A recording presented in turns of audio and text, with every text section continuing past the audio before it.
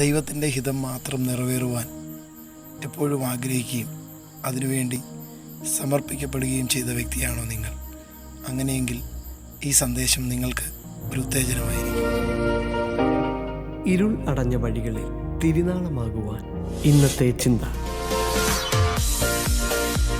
സദൃശവാക്യം 19-ാം അധ്യായം 21-ാം വാക്യം ഇപ്രകാരം പറയുന്നു: മനുഷ്യൻ്റെ ഹൃദയത്തിൽ പല വിചാരങ്ങളുണ്ട്, യഹോവയുടെ ആലോചനയോ നിവൃത്തിയാകും.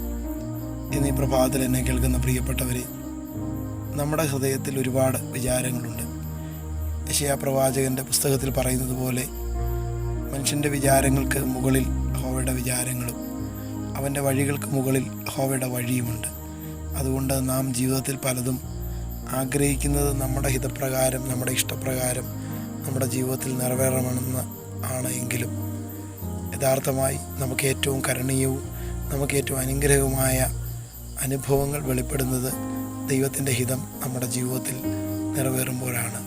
അതുകൊണ്ട് തന്നെ മനുഷ്യൻ്റെ ഹൃദയത്തിലെ വിചാരങ്ങളെക്കാൾ എപ്പോഴും നമുക്ക് അനുഗ്രഹമായി തീരുന്നത് നമ്മെ നിർമ്മിച്ച, നമ്മെ നന്നായി അറിയുന്ന, നമ്മുടെ എല്ലാ ചിന്തകളെയും വിചാരങ്ങളെയും നമ്മുടെ ഉള്ള അവസ്ഥയെ ഉള്ള പോലെ അറിയുന്ന ദൈവം നമുക്ക് വേണ്ടി ഒരുക്കുന്ന പദ്ധതികളാണ്.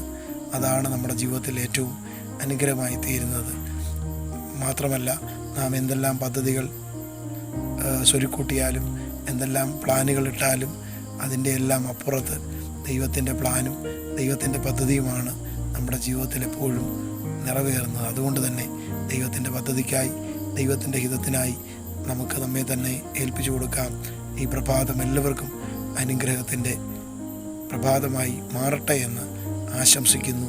ദൈവം നമ്മെ എല്ലാവരെയും അനുഗ്രഹിക്കും.